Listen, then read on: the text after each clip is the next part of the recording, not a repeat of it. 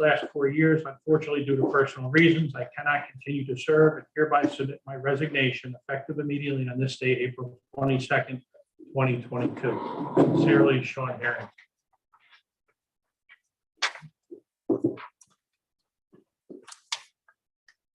The second is a letter to the town of Tusten from the Environmental Facilities Corporation.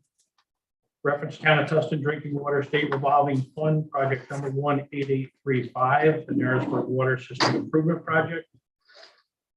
On behalf of Governor Kathy Hochul, I am pleased to inform you that your community has been awarded the New York State Water Infrastructure Improvement WIA grant for the above referenced project. Your WIA grant has been awarded in the amount not to exceed $3 million, based on information provided in your application, including total estimate eligible project costs. The Environmental Facilities Corporation will determine the actual amount of your grant when the project is completed and the EFC confirms the final project costs. Your grant may be reduced if total project costs are less than anticipated or if your project receives grants from other sources. As a means of advancing this project, members of our EFC team will contact you to guide you through the program requirements, related processes, to answer any and all your questions. We appreciate your interest in the WIA program. Your interest. Oh, yeah, we're The interested. interests of Jane, who worked extremely hard.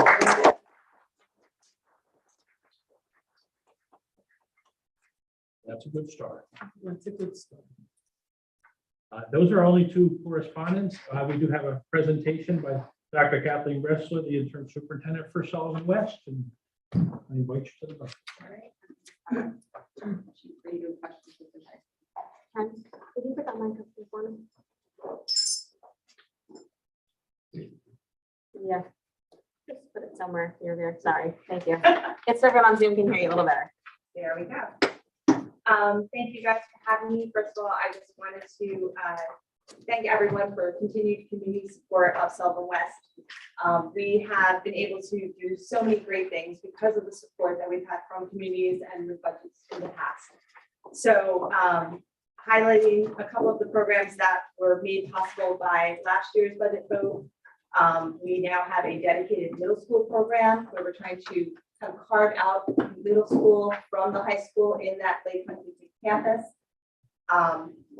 We have the official Future Farmers of America chapter, FFA, where we have over 50 club members right now. It's very exciting to see it grow, along with courses like agri-science, natural resources, and animal science being offered.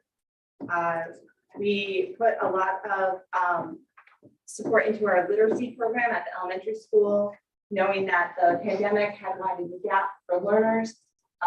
We really took a lot of carved out a portion of the budget to review resources and training for our teachers, and really to enhance a science-based reading program, and it's really been successful so far. I'm excited at preliminary results this year and look forward to continue to building upon that program and really the strength for our youngest bulldogs. So this, that was just a couple of things to mention. I know you should be receiving a newsletter if you haven't already in the mail, detailing out many of our programs and success stories from the year. But highlights from this budget really, we're adding an elementary library media specialist. There was an elementary librarian taken out of the program a number of years ago due to different cuts that the school district had to make. But during this time, it's become an increasingly important position to have in schools, with not only creating and fostering a love of literacy, but also digital citizenship, kind of including multimedia into our students to help them learn how to research effectively. So we really feel like having a person back in that role will be beneficial to our elementary school. A couple of years ago, due to COVID, we had a period where the government said that we may have to cut our budget up to 20%. And so when we went into planning that school year, we had to have those cuts looming over our head. And when we were looking for a replacement of Mike Elmauer, former chemistry teacher and a former special ed teacher, we were able to make the schedule work at that time without hiring for those positions, because we thought it would be better to, go bare bones than to bring someone on and then have to cut them out of our program mid-year. That being said, as you know, we do have COVID funding from the grants, and we are able to, we really do have that need to have the science teacher and the special education teacher back at the middle high school. So that will be in the budget. We are eligible for a universal pre-K grant funding this year, so we are going to pursue that. We are continuing to equip our students with one-to-one devices. Right now, we have them second, third, fourth grade, and then 7th and 8th grade. So it's speckled throughout, but with the budget and again, taking advantage of ARPA grant funding, we will be able to have 2nd through 10th grade have access to one-to-one devices. So that's very exciting for us as well. And on the rise is a building project. We are in need of our boiler systems in the 38 building to be upgraded. It's been a long time, and then also the roofs of the elementary and parts of the high school as well. So we're looking to, what you'll see when you're voting are 2 propositions. The one is for the vote of approval of our budget, and the other is to approve the creation of a capital reserve so we can save up money for these future building projects. Of course, there's some cost drivers that are affecting us all. Health insurance has gone up. We're lucky we're fixed in right now to our transportation contract at 1.25%, but that excludes fuel. And as we all know, that's been certainly something that we are still trying to see what is going to happen in the future, but making enough room so that we can continue to run our facilities. And there is some increases to the BOCES budget as well. And again, they depend on other schools for their budget. So these are some increases that are affecting our budget. So that being said, we are proposing a 2.5 increase to the tax levy. This is under the tax cap. The tax cap would have allowed us to go 3.18. So we are not going the full amount. We're going to 2.15. And some small estimates at the bottom. So, for example, a home in Tusten for $100,000, an increase of 48 per year, and if it was assessed at 200,000, it would be an increase of $96. And I'd like us to keep in mind that idea of the fuel and tank of gas right now, that you're helping, of course, support our education for the future. And that is could be as little right now or as a tank of regular gas or a tank of diesel gas. The vote is on Tuesday, and it is located here at the Tusten or at the Tusten Library. I'm not as familiar. Thank you. And if you have any questions about where you should vote, you can see our district website, or you can just call the district office and we'll help everybody find their voting location. So, that was There's a 2 tight propositions. It looks like. 2 propositions. The one is for the approval of the budget, and the second one is for the approval of that capital reserve fund, so that we can start storing money for the capital project. Do you have an extra copy we can put up at the office? Happy to. Thank you. Any questions? And I just have to do one side shout out to John, who answers my text at 4:30 in the morning during the winter.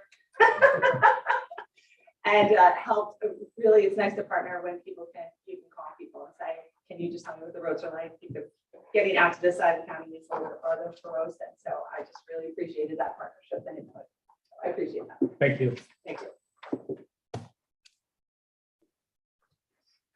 1.5, our payment of bills. Our general expended $42,183.79. Highway $42,932.29. Water $13,557.22. The sewer $17,000. $45.53. The lighting district, $433.05. Escrow accounts of $7,421.25 for a total of $123,573.13. Yeah. Any questions or issues? Just one of those, part of the highway thing was a truck, like tree or something. One of the rentals. Yeah. That's counted for something. That was part of it. If no issues on the bills, a motion to accept them as presented. So moved. I have a motion by Kevin, a second. Second. Second by Jane, all in favor? Aye. Opposed? Section 2 are division reports. Highway patched holes on dirt roads and paved roads. They removed trees and roadways on Brook Road, Coshecton Turnpike, One Pond and Swamp Road. They cut trees for the new street lights in the bank parking lot. Worked on water conditions on several roads, out several times for slippery road conditions. Repaired washouts on the dirt roads and the graded Lake Ridge, Hankins, 10 Mile River, and the A Road. They've been mowing the brush on the right of ways, and they patched the bridge at Lake Erie. Water and Sewer Department, they will be resuming the inspection of septic tanks and will be installing risers above the center and inlet lids that are more than 6 inches deep. They've done water meter readings every Wednesday in the month of April and let homeowners and businesses know of possible leaks. They've turned water onto 6 buildings and reinstalled 4 meters. They've inspected water meters that have a 0-gallon reading every week and replaced bad radio heads as needed. They've exercised the generators, they've flushed fire hydrants, and they started marking out the cleanouts on the sewer mains with the GPS program. Our building and code enforcement department have done 26 construction inspections. They've done 8 certificates of compliance, 25 total new permits have been issued, 2 building and garage, 5 for renovation, alterations and additions, 1 demolition, 3 electrical, 4 mechanical, 1 pool, 9 roof replacements. 1 expired permit was renewed and 9 abstracts violation searches. The monies collected by the office for the month of April was $6,327. Which is remarkable. Yeah, that's one of the hard ones. Our assessors report, at the beginning of April, some final field work was completed and the calculation of values and entering of data on the property record cards and into the computer was completed. The tax roll was submitted on a timely basis, resulted in a change in the town taxable valuation to $123,789,775, which is up from $122,311,758, or an increase of $1,478,000,000. This is reflective of the increase in building of homes we have been experienced. A few years back, they were pressed to find an increase of $500,000. This should help to stay within our modest tax rate increase for the coming year, which will be good for the budget. Mm. Mm. Sue, the Upper Delaware Council.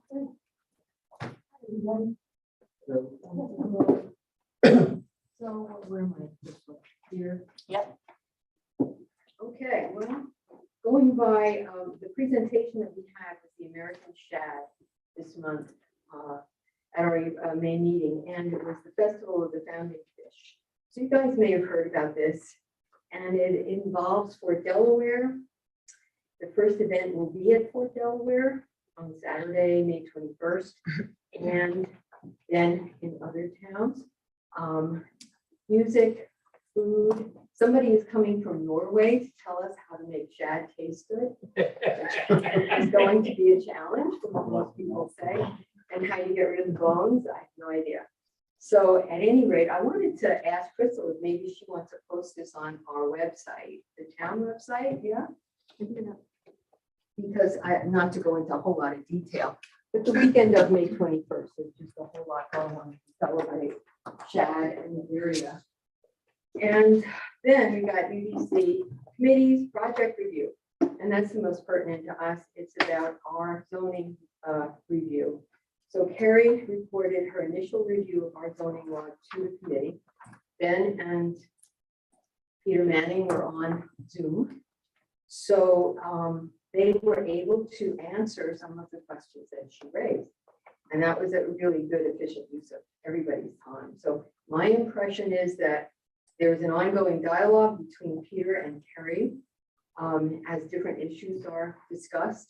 Sometimes it's wordsmithing, sometimes it's not, but that's what I assume. That is the ideal circumstance. And the committee did not make any substantial conformance decision at this time. But Lori reminded Ben and Peter that there is a due date to the tag grant, which is paying Peter. So that is the time constraint here. And and the committee at that same meeting approved an application for the daycare center at the Narrowsburg Union. And everybody was very happy because it's like a school is back in the building. So operations committee, the UDC funding continues because it's just an ongoing project. All the towns except for Shahola, which I think it was just an oversight, have responded just the way Tusten did with a resolution, formal passed resolution. Some folks didn't know they needed to put it in writing and send it in hard copy. So that's happening. And so now it's likely that all the towns and townships are on board, and that's really excellent. And we're sort of a leader in some of those things, so that's really good. Worm committee, wrap up of litter sweep. There are still kits available. Okay, I came down on Sunday of that weekend, and there was an entire dump load full of garbage in the parking lot at the library from Saturday. Major garbage was picked up. And then we finished up with some areas on Sunday. We were kind of a small group, but on Humphrey Road, 7 bags of trash. Cass's daughter and her husband, Conrad, they picked it up within a half an hour, 7 gigantic bags of trash. I think 97 and 52 actually still need a little work. So that's the worm committee. And do we still have free coupons, Crystal? Yes, we Until do. the end of May, To the end of June. end of June. It was, I'm not sure if it's June 1st or the end of June, but I do have them upstairs. I've got a lot of them. Okay, so if anybody wants to do this and you just didn't, your schedule didn't work, you can go to UPC, you can get kits, you can get, bright, colorful, so you don't get run over by anybody. And you can get all the stuff that you need to do this. And you can still take it to the dump for free by getting coupons from Crystal. So you don't have to pay for the trash that you pick up. New York DEC is the streams are stocked with trout. The guy who is filling in for Bill Rudge is moving on. There's 2 possibilities for replacement of Bill, but we don't know who they're going to be. The National Park Service, they filled the position for cultural resources program director. And they're looking for housing for that person, and they're working on water safety videos, because last year, I believe it was 3 drownings, or maybe 4 last year. So it was a very bad year for that, because the river was very high. And it's going to be high this year because they're going to release water out of Townsville. So, and UDC itself, there's a meeting of the Interstate Bridge Commission on May 25th, which might shed light on what's going to happen with the Skinners Falls Mile Hill Bridge. All the bridges are discussed at that once-a-year meeting. So it's kind of when they're going to fix each bridge, what their program is. And we're going to receive river corridor boundary maps. They are being printed. Sullivan County was very wonderful in providing their GPS expertise. So hanging on the wall, you'll have a hard copy of the river corridor to see. A lot of folks felt that it's all well and good that you have layers, and you do. I mean, you can do amazing things with the GIS program right now in terms of knowing everything about a piece of property that you ever wanted to know. But a lot of folks just like the idea that they can look at a map, and so it will be framed and each town will get one. So that's it. If anybody has any questions. Or I just wanted to make a comment. I did speak with Lori about an extension. She said that that is not really something that they do. But I mentioned to her and I'm just putting this in your head too, that we wrote the grant saying that we were going to do specific areas, but our code enforcement officer said we really need to look at the entire code. So we are reviewing the entire code. So we agreed that, because I think it's due in August, correct? We agreed that we'd take a look and see how far we are in July. And then I would talk to her again and see if it's possible for an extension or not. Good. Well, that's the thing, is to have a conversation back and forth instead of waiting for the. Right. And I wanted you to know that Yeah. that was what we discussed. Sometimes a project can be, its end goal can be revised. I don't know, but it's very rare that they actually do. Extension, she said that. Okay. Any questions from? Oh, Yes. I want to know, where is that multi-bridge meeting taking place? it's a good, I don't know. Laura, I would bet that Lori will attend that on Zoom. If it's a far ways, people don't travel anymore. They just do it on Zoom. But if you give Lori Ramey a call and just say, she goes to it every year. And she'd be happy to let you know times and location. I give her a world of credit for going to a meeting that's got to be one of the most boring gatherings in the world. But it isn't, in the way that the bridges affect a whole lot. Like, they closed the Damascus Bridge for a couple of days. That meant a whole lot of driving. And Skinner's Falls Bridge is a cultural resource. So this cultural Park Service is a very key to help to protect that bridge. And just for your information, there was supposed to be some repair work done on bridge number 4, our now third bridge. And I have not seen any of that happening, and so I'm concerned about that, so. Yeah, that would be really good to. Yeah, somebody did today. They were down to one lane today. Oh, excuse me if I look like I'm in shock. No, that's it. And things keep developing. Yeah, they're repaving Route 6, in case anybody didn't know. That's another adventure. We'll move to Brandy Okay. with the Energy Committee. Hi, soft plastic, Highway Superintendent Don Niger and his staff removed and delivered all the soft plastic collected for the first 6 months of COVID, a week before they demolished the town building where it's stored on the flats. They delivered over 1 ton of soft plastic to Weiss Market in Honesdale for Trex to pick up and recycle. And the TEC sincerely thanks the Highway Department for this important effort. To date in Tusten, the TEC has collected over 10.5 tons of soft plastic for recycling. We've received 6 benches as reward for our efforts. Today I met Don at the basketball court because Councilman Triggs had mentioned maybe we could put a bench there. And I made an executive decision to move it from what was going to go the horse to the basketball court. So he'll be installing that on Thursday. Thanks, Greg, for that great idea. We'll get another bench in a few months, so it just keeps coming. LED streetlights, no news from Ben on the status of the Main Street pendant lights or Main Street parking lot streetlights as well, nor the Wi-Fi smart nodes. So Ben, if you have any kind of info, that would be greatly appreciated. There's nothing. We're still waiting for NICEAG to get back and approve the switch over. So we have nothing since the last time I spoke with you on that. If you could possibly nudge them along, sometimes that helps, but thank you. Trash and recycling receptacles. The old trash and recycling receptacles all have new stickers indicating where one should deposit trash or recycled items. The TEC spoke with Highway Department, Niger, again, about a missing receptacle on the deck. He didn't know where it was, but he said these are indoor receptacles that we're using outside. They have a big hole to deposit and the rain goes right in there with the garbage. So he recommended that we get 10 new lidded receptacles for the town hall, the deck, the flats, and Veteran Park, at the playground.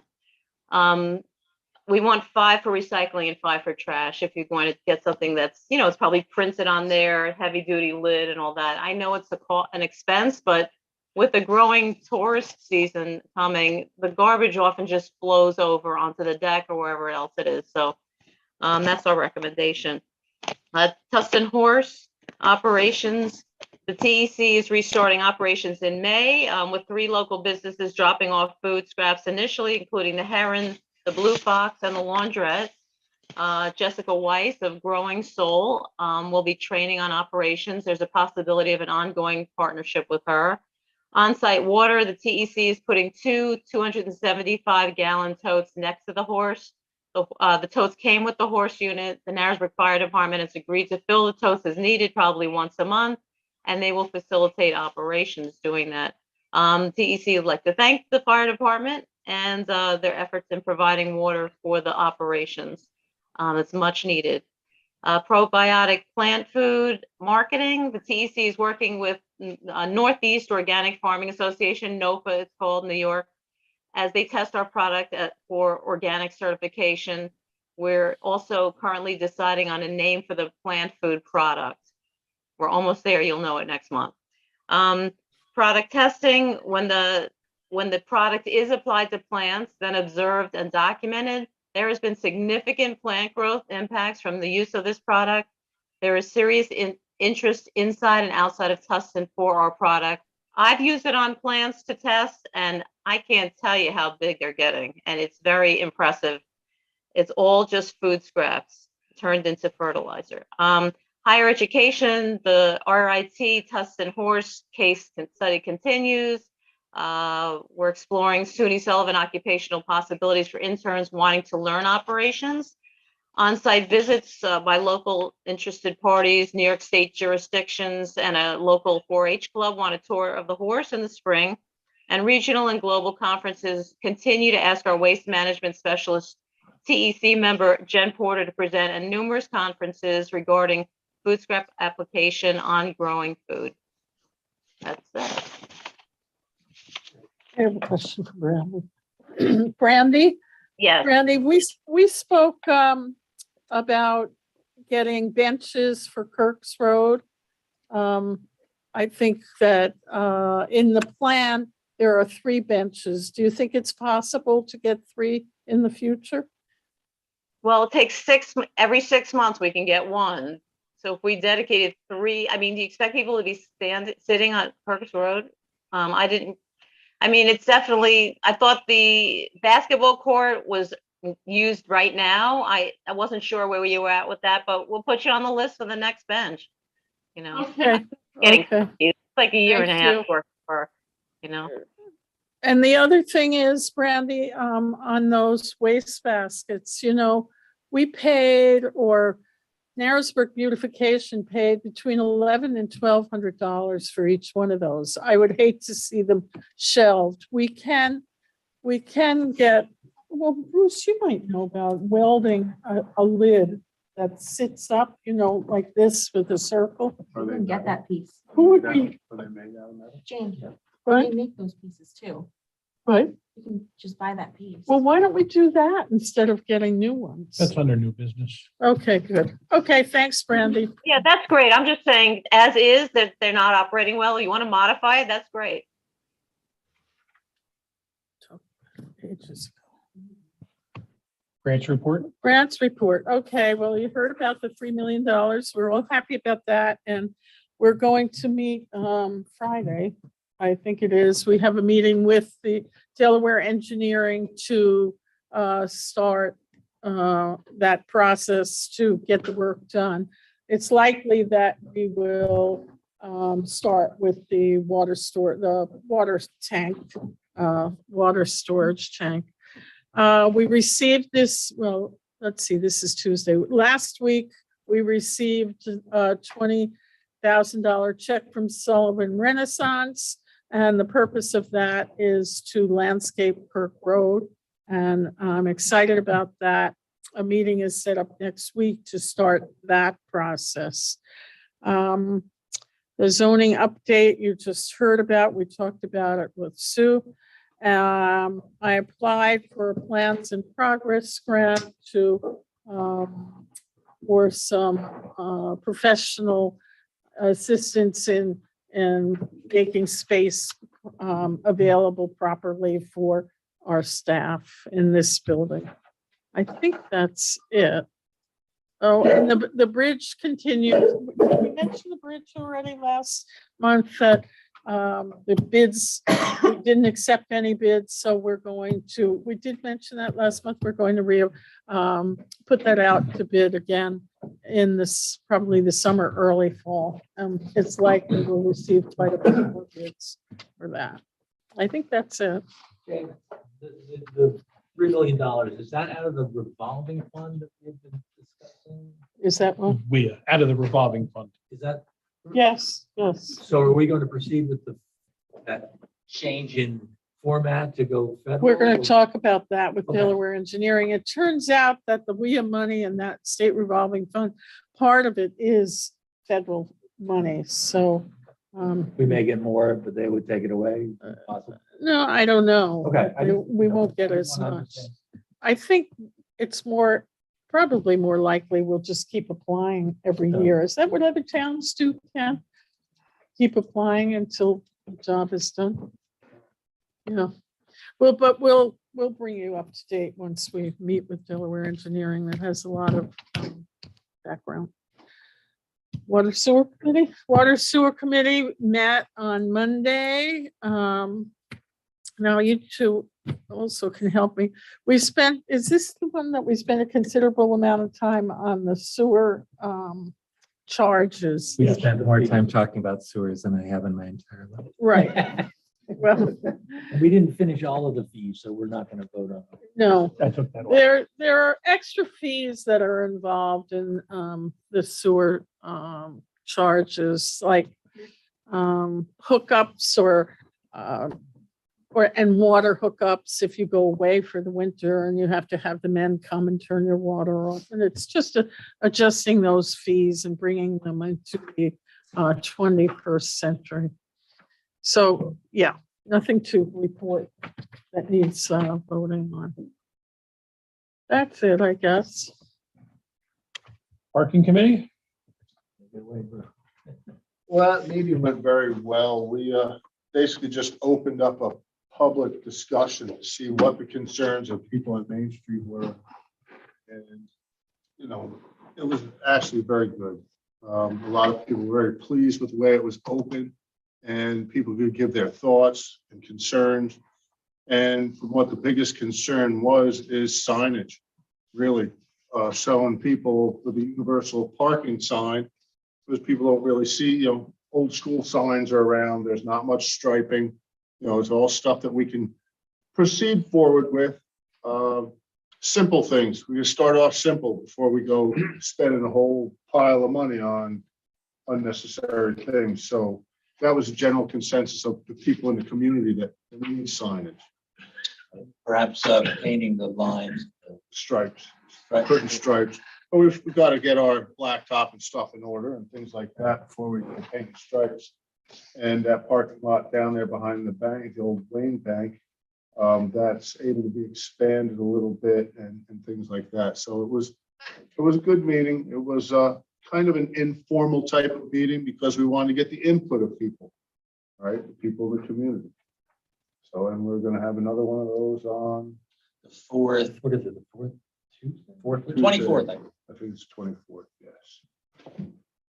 So, and I guess we're going to move forward and buy some signs and get things rolling with it. So we did come out with positive outcomes from even our first.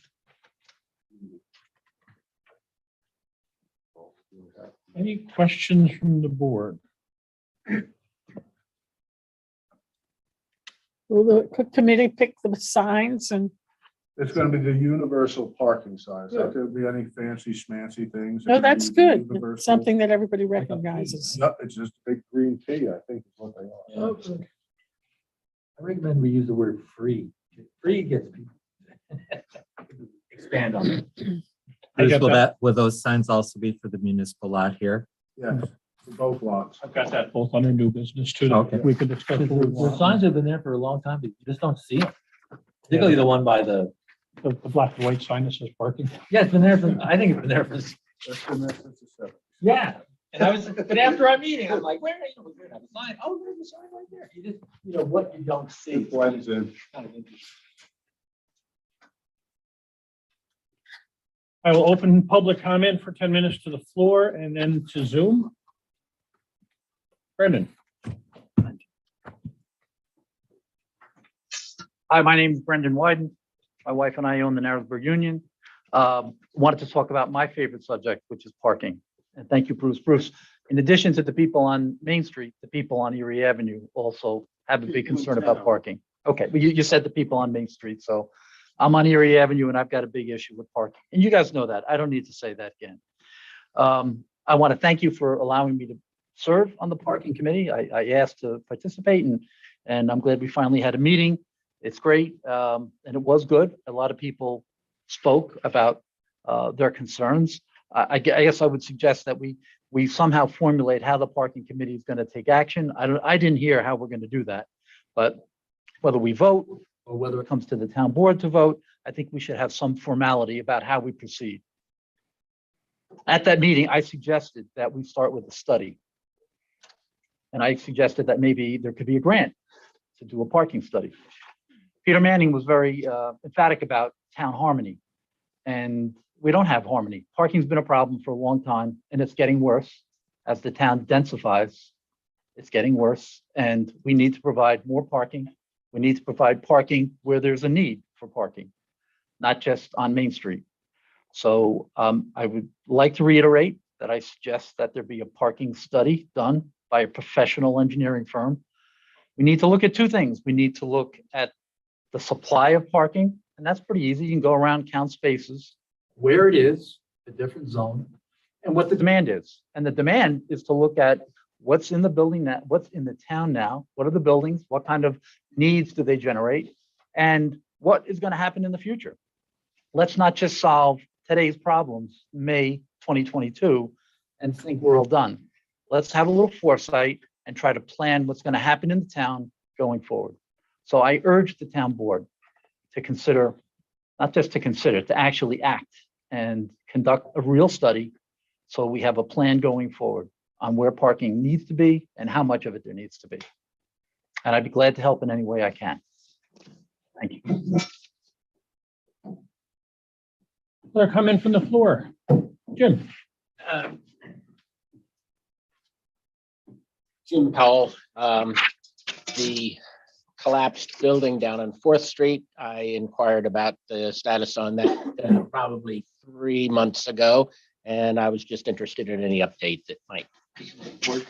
Yeah, I don't believe there is, I don't have anything to report on it. I would have to ask Jim, but I think if there was anything moving forward, he would have said something to me, but I can ask him again. Okay, well, any moving forward, I guess would have to be on the town's side. The owner's non-responsive as far as I've heard, so. Yeah, I know of nothing new since then. Thank you. Michael? Might be a little out of sequence. Would it be appropriate to bring Brandy in, who had raised an issue earlier today in a conversation with me, or I can kick it off, but Brandy kind of had, it would be more appropriate if she spoke first and then I can follow up. Well, we could do it whichever way that you want, because after you, I've got Carl, where we can just have Brandy come in while I've got you. Why don't we get Brandy come in and then I'll follow on. Thanks, Mike.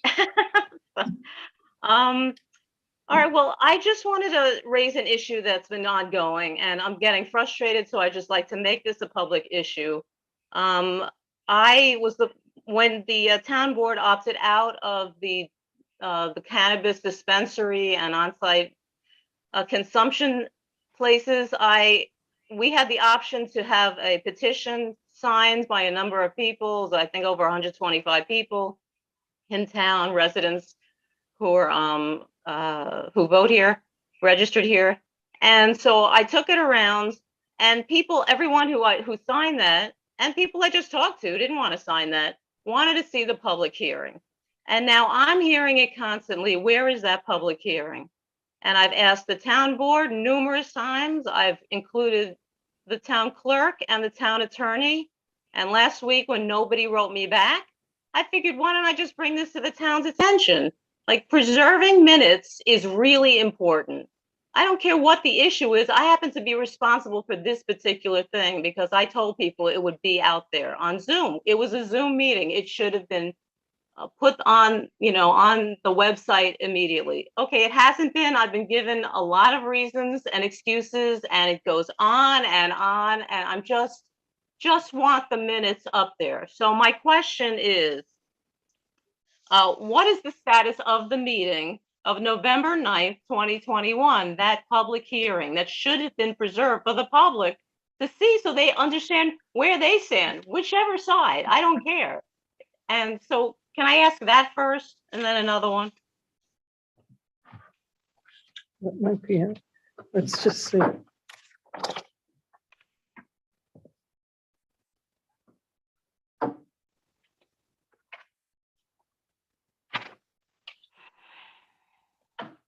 It's been posted online. And Brandy was given an audio. So we've got the minutes. We do have the minutes. The minutes have been presented to the board, and the clerk gave you an audio, I believe, That was a different meeting. an audio. had- That was the hearing. November 9th meeting, was it not? I'm sorry, what? Wasn't that the November 9th meeting? There were two meetings. One was in October when the board realized, oh, we have to divide this into two different categories, the dispensaries and on-site. So the next meeting was November 9th, and there's nothing there. I looked today up until before the meeting.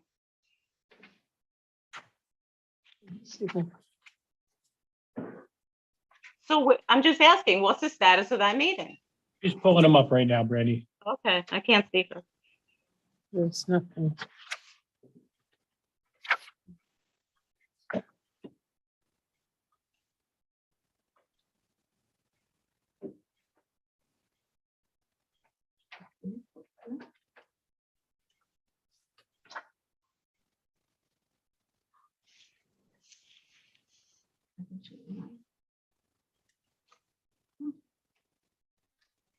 That is what. Well, I do apologize, Brandy, because I did post them. We have them right here. We've got a hard copy here, but she's in there, and the only thing that's showing up on the meeting is the, Yeah, this is what, so this is part of what we're updating with the website. This is what she wants, though. the public hearing transcript. Do you have the public hearing? The transcript, I've had a lot of other things that we've had to do, so we're trying to get the transcript to her. I But think then that's she what sent us she's, another email and said she didn't want the transcript. No, me? That is not true.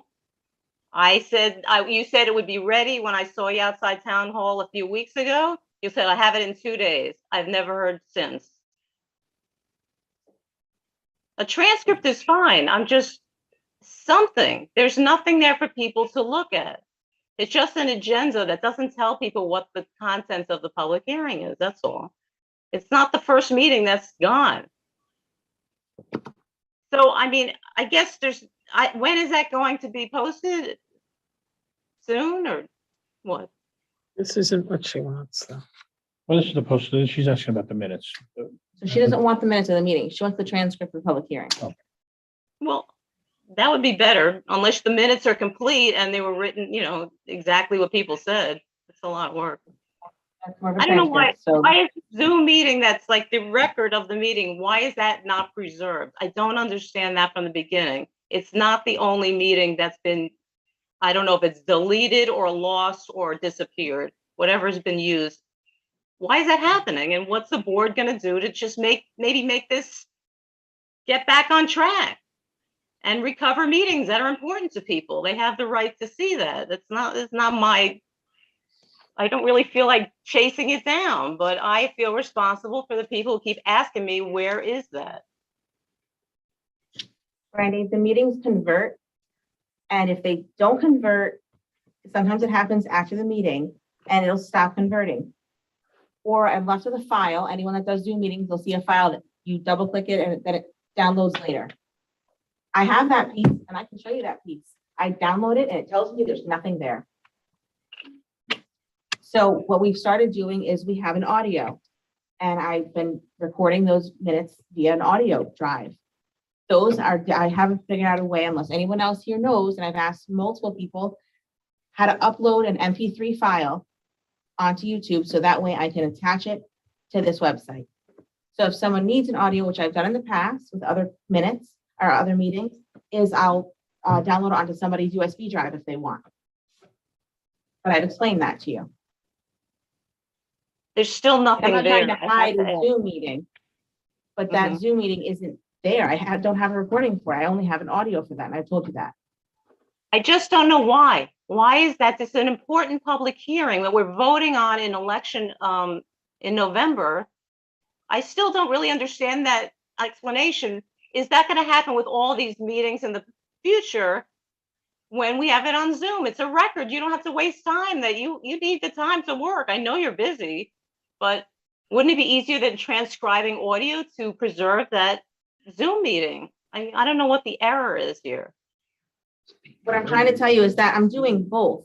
So like right now, this meeting is being recorded. Okay, that meeting was recorded. I remember hitting record. I remember it being recorded. It's after this happens. It's not like a cassette tape that we hit record and it continues to record and it saves up to that point. I don't know how to explain it to you, but if you would like to come, you are welcome to have someone come and search my computer while I sit there and watch. I don't know what to tell you, Brandy. I have an audio. I gave you an audio. If it's not the right meeting, I didn't realize that. I thought that was the one you wanted. I can go through and find the audio for it, but I'm having an issue connecting it. I've asked multiple people how to connect an MP3 onto the YouTube, and you can't do it. You need to turn an MP3 into, An MP4. yeah, I think I can help you with that. If you can help me, Not there's a now. couple different ways I tried to figure out. We had one program that someone had recommended to use. It was 6 hours. 6 hours in, it stopped. It said We'll there's an error. we'll talk. This is nuts and bolts, but I think I can help you. So the idea is we are holding these recording records. We're trying to keep them. It's not done on purpose, to be deleted. We are purposely hitting record before the meeting. I'm not a technician, so I don't have the answers either. Of course, in my fabulous career as a reporter, many times you do research, you go back, you read minutes, you look at newspaper clippings, you can assemble dates and events.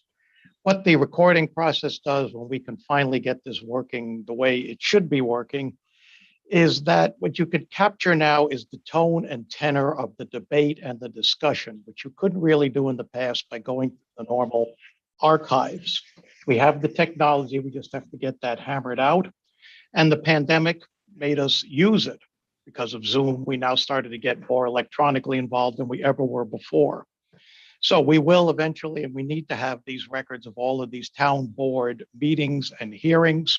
And I know Crystal's working on trying to solve that, but we need to make the push to get that done. It's valuable because it's an important part of our history right now. And it's kind of fascinating to think that 6 months from now, 60 years from now, somebody can look back at this particular meeting, what happened here tonight, and get a sense of what happened, why it happened, and what prevailing attitudes were. They may look at it like we look at like old movies at this point in time and say, oh, how quaint, isn't that funny? But at least they'll have a real sense of what the issues were right here in this time and how we dealt with them. So I thank you for your time. All right. Thank you. Two things real quick. I know there's a master plan that the town has approved and has on. Hamlet master plan, not a town master plan. Hamlet master plan, Right. right? We have a comprehensive plan. I'm talking about the master plan, right? So the master plan is approved and it's posted to the website. Anyone can look at it. It's been there for, I think, 9 years. And it has all kinds of growth ideas for parking and for the Hamlet area that might inform the parking decisions. It has concepts that the town has already vetted and approved to kind of direct the growth and the development of the area. A lot of money was spent by the town to develop that with a lot of experts, and it's a great resource that I think a lot of people don't know is there. You might want to just, refresh that, look at that again. And then I should just say while I'm up here that, from being on Main Street for the past 24 years, There is no parking problem. This is fiction. On festival days, when there's, Riverfest or something, sure, yeah, there's too many cars in town, but on any given Saturday, there's no problem. The problem is signage, people that are new to town, and they don't know where the parking is. They don't know where to go. They just assume they have to park on the street and there's nowhere else to go. And we have a lot of resources, like the whole back half of that lot is all grass. It's underutilized. A lot of merchants park on the street, which they shouldn't be doing, according to the zoning, right? It says it right in the zoning. So I think we have plenty to work with. My opinion is that there's no need at all to delay things with some kind of expensive studies that only tells what we already know. We don't need to go that way. We just need to move forward in a smart manner and plan for the future, but we also have to act now to avoid current problems, because the season's here, and signs can come without blacktop.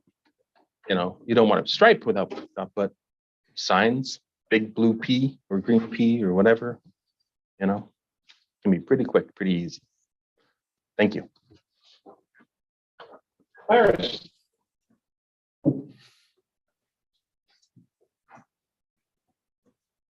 I wanted to ask a couple of questions in reference to what Brandy was discussing as far as the cannabis referendum.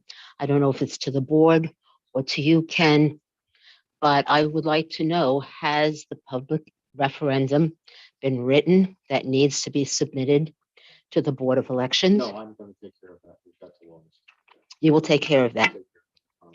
So when does that have to be submitted by? August. I didn't hear you. Okay. I've already been in touch with the folks at the Board of Elections to confirm all of that. They gave me information. Okay, great. That's it. Yes, Ed.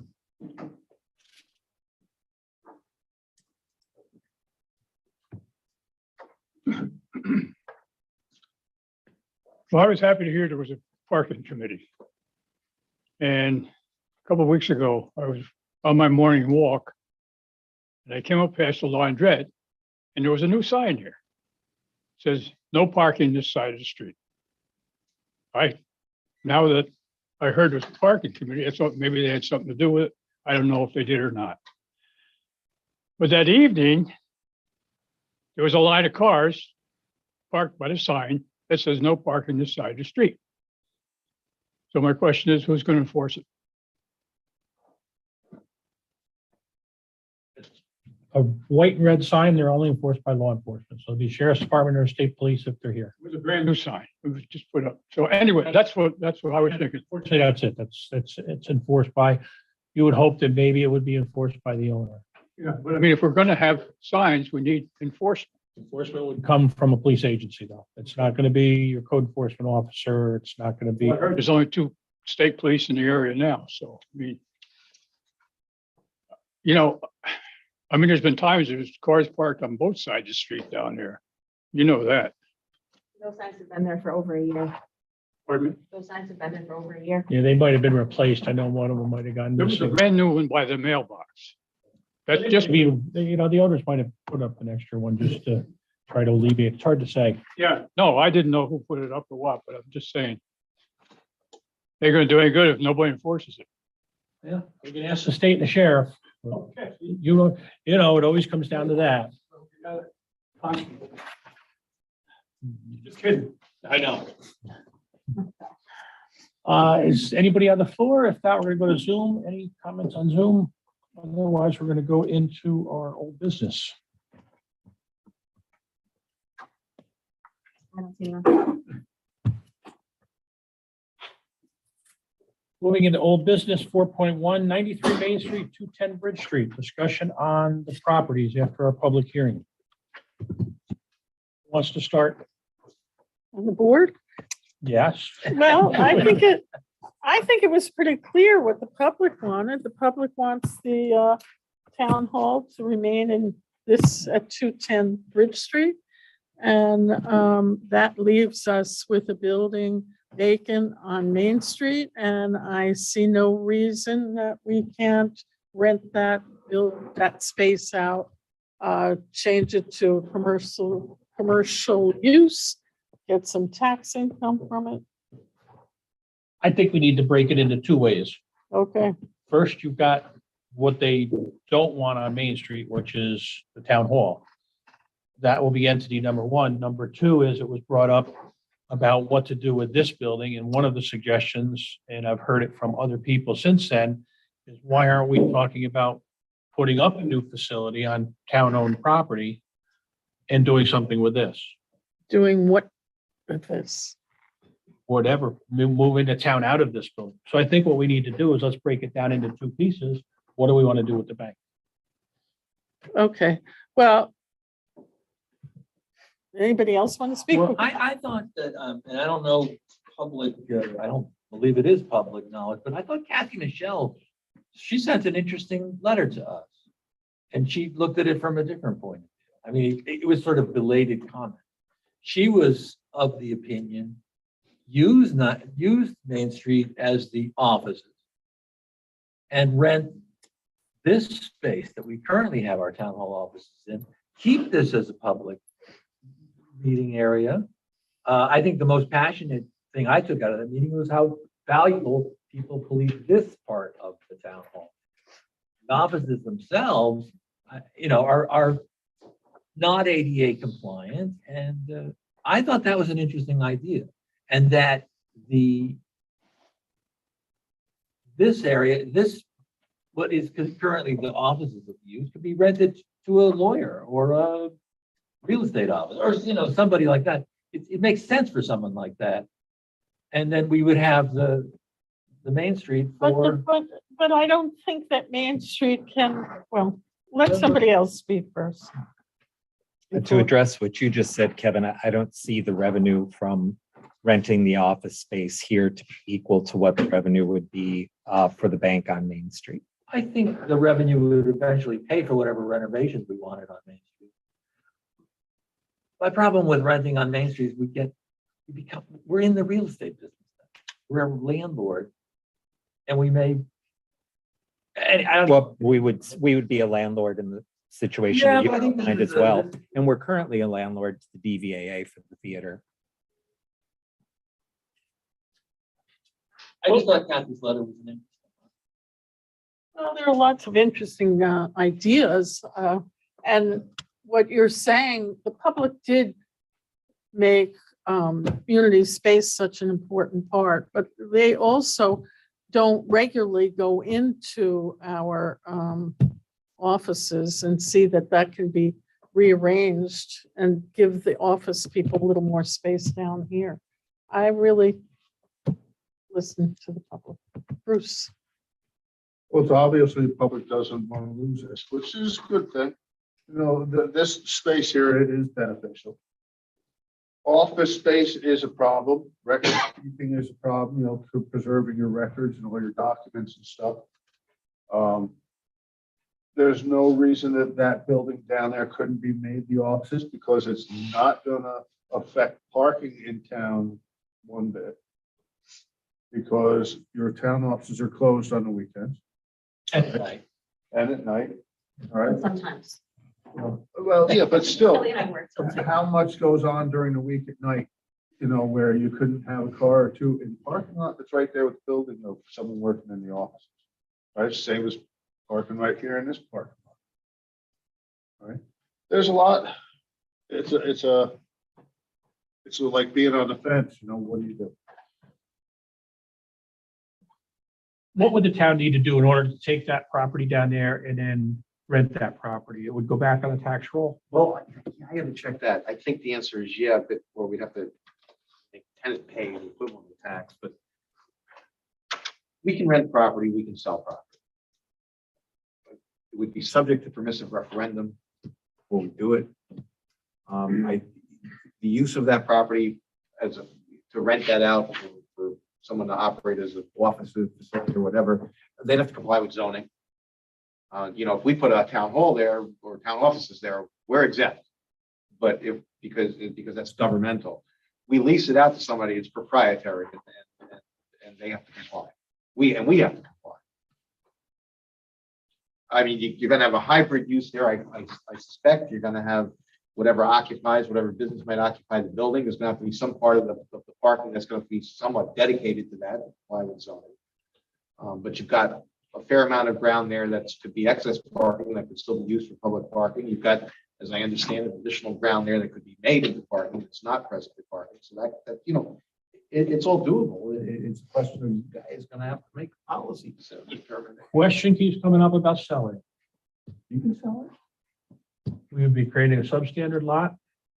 Oh, you mean selling the building separate off of the park? That's it. That's a problem. I think we're gonna have to comply with zoning. We can't just whack that off of there and create a substandard lot. Could you repeat that one more time for me? We can't just whack that off of there and create a substandard lot I think that has been beat to death. for private use. We can't do that. So we can't sell it. We have to. We can't own sell it as Sell it. a division. We would have to sell it with the parking lot. Well, we're not Or- gonna do that. No, I mean, you need the part. I mean, it would be Yeah. insanity. to get rid of the So we park. have to own it. We have to decide as a board what we want to do with these two properties that we own. And that's what you're asking us. I'm thinking, first we have to decide what we're gonna do with that. Obviously, we are already here. We can make our decisions going forward, what we do here, after we make our decisions on what we're going to do down there.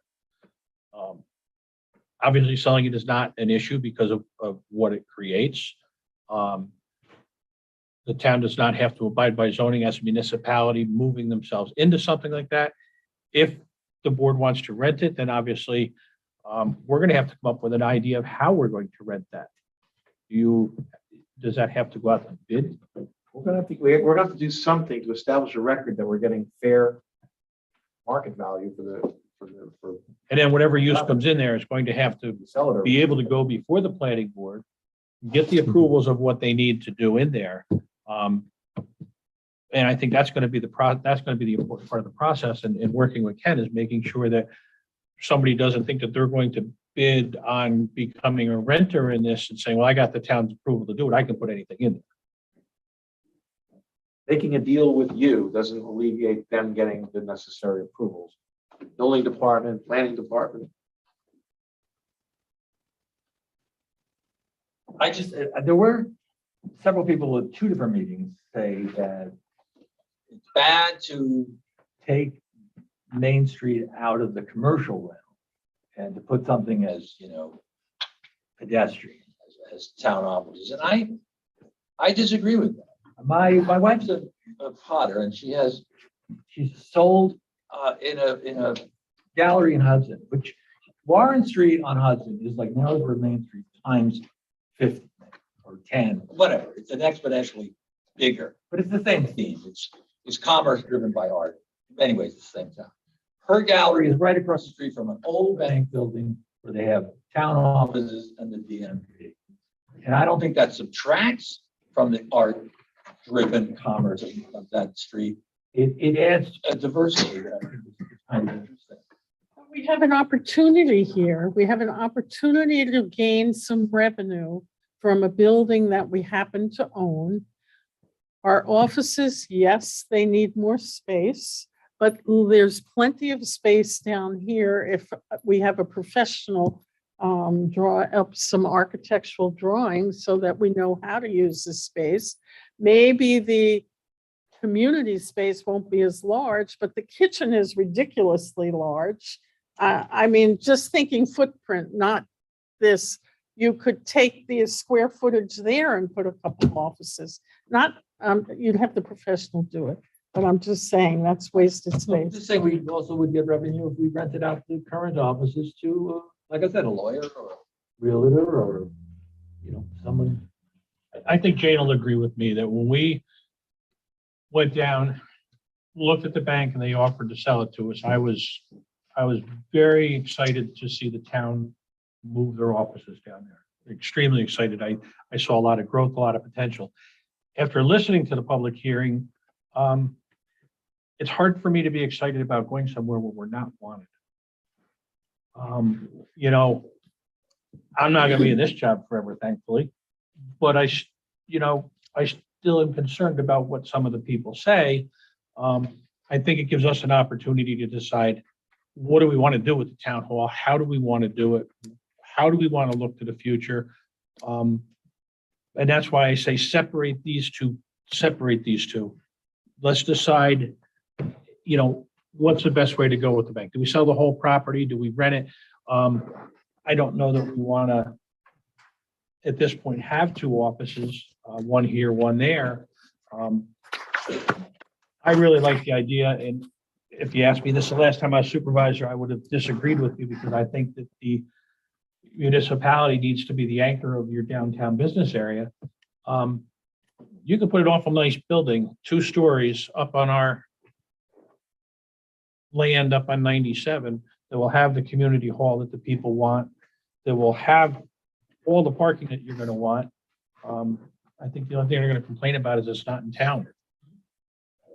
And that's important. Well, it is, but not so important to be on Main Street. And do what with this? All right, let's But I go think back that's- to your, I think this, we're here. We know we're here. yes. What are we going to do down there? Let's just take one step at a time and figure out what we Alright. want to do down there. Okay, I want to rent it. That's me. Next. I would vote for the same based on, but I don't feel as though we've really we're talking about numbers so theoretically. Very theoretical. And so to not know what the prevailing rate might be for that versus renting here, I addressed Kevin's argument by instinct rather than information. And so when you look at the variables of renovating this room, for example, against the revenue we'd get from the bank, it would be nice to have numbers to weigh that decision, even if they're theoretical, or informed and theoretical. How I feel. I'm just looking for a direction. I'm looking for a direction for us to go. If we're looking for numbers, how do we go about getting those numbers? How do we, it's just like when we were talking about getting appraisals for the 2 buildings. We never went forward with it because it was going to take months to do, and we weren't sure that's what we wanted to do And anyway. it's costs money, and we're not selling, and Ken? we're probably not going to sell, so why Can I would ask we a get wild a proposal? question? Is it possible to sell the bank property, the Main Street property with the parking lot, but put something in the agreement that the town, for the lifetime of town of Tusten, which will be forever, is going to maintain that parking lot, and we have public access to that parking lot? It's theoretically possible. The difficulty will become if somebody owns that property, there's liability issues that are attached to that, and the public coming and going out of there is gonna, on their property, I guarantee you, somebody gets into an accident in the parking lot, somebody slips and falls in the parking lot, as soon as their lawyer researches and sees that not only is there, maybe it was a public parking lot, but there's an underlying owner of that property, they're gonna do what my first year torts professor said in the first day of class, what do? You sue them all. And that's what they'll do. They'll sue them all. So that could be a hindrance to somebody if they're really thinking in terms of renting it subject to that. But it could be done theoretically. It's absolutely possible, Crystal, sure.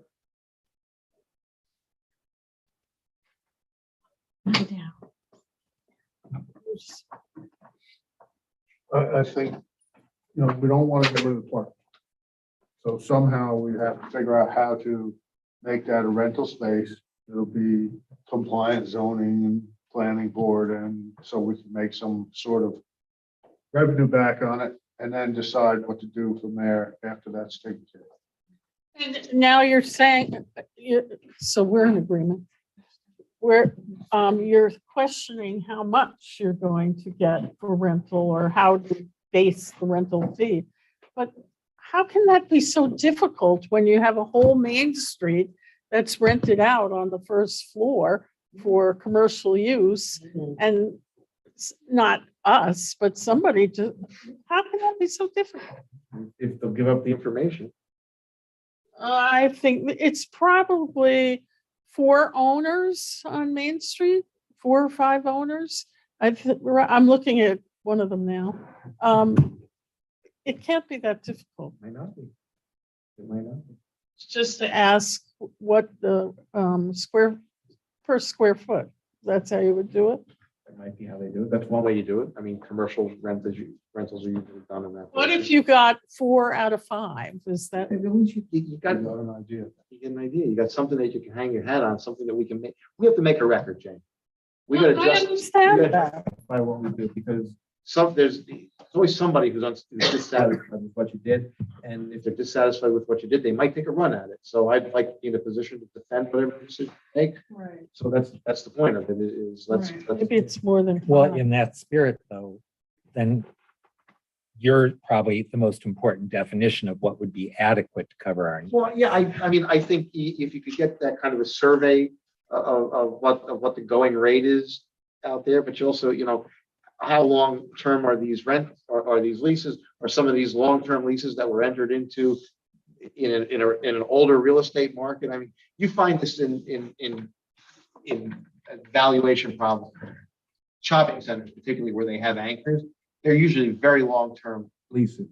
And some of these leases are so old that per square foot that they're locked into is a fraction of what the current market is. So you got No, I don't think that's, the post office maybe, but I don't think the others weren't long. I don't know. I'm guessing. But so from that perspective, I think it's doable. Well, it's yeah, that or the same way you value property, you value property for selling purposes. You can get an appraiser to tell you what the fair rental values of a piece of property do. They do that research, and they'll look beyond just Main Street. They may look at other similar communities. They may look and see what's commercial space going for up in Calhoun, where similar type of hamlet. But why would that matter when you're talking Narrowsburg? It might or might not. If you don't have a large enough sample size, you have to go somewhere else. Especially Since some of the buildings on Main Street are owner occupied and that type of thing. Which is. On the first floor? No, I think they're all, well, no, yes, there are some, Yeah. some. And at worst case scenario, comparing it to another community might prove our numbers, right? Right, right. Okay, so I mean, anyway, when you get just for some, when you get a single family home appraised, you're not, and it's in the town of Tusten. It may not, depending on location and style and all of that. When they comp it out, they may not use all Tusten properties. You may wind up with a Coshecton property in there, or I didn't know they'll go into adjoining communities. that. I thought they looked at the neighborhood. Yeah. All right, but still, that's doable. Okay, next question. I mean, that's doable. You can get a reasonable rate.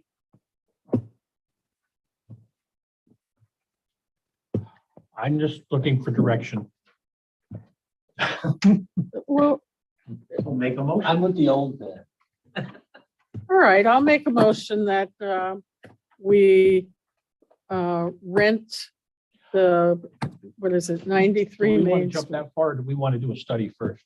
Not a study, but get our comparables. I think the thing to do would be reach a consensus in terms of what the policy decision is by the board. If it's the consensus of the board that the way to go is to rent it, then let's go do the research, and I can give the answers to some of those other questions that you raised tonight. Tax, what we can do. All about right. taxation. We'll come up with who we can look to give us valuate, because you're going to need to do that. You're not just going to make a motion here tonight and say rent it and. Well, but you could make a motion to rent it and with a proper appraisal or whatever. So is the motion that you would recommend that we go forward with a study to find out what the range of rent we could Well, expect? I think maybe something broader than that. I think the motion might be appropriate to commence the necessary proceedings with a view toward renting that property, so that we can explore all the things that we have to do, what the legal steps are that we have to do in terms of actual formal town board action, what we have to do to document the value that we're going to utilize in terms of a rent. Okay. I'll tell you a problem that I have, and the problem is that government moves so slowly. So we're adding this step and it's a necessary step. I can hear that. How can we make it happen within not another month, not 2 months? I think the appraiser is going to be the issue.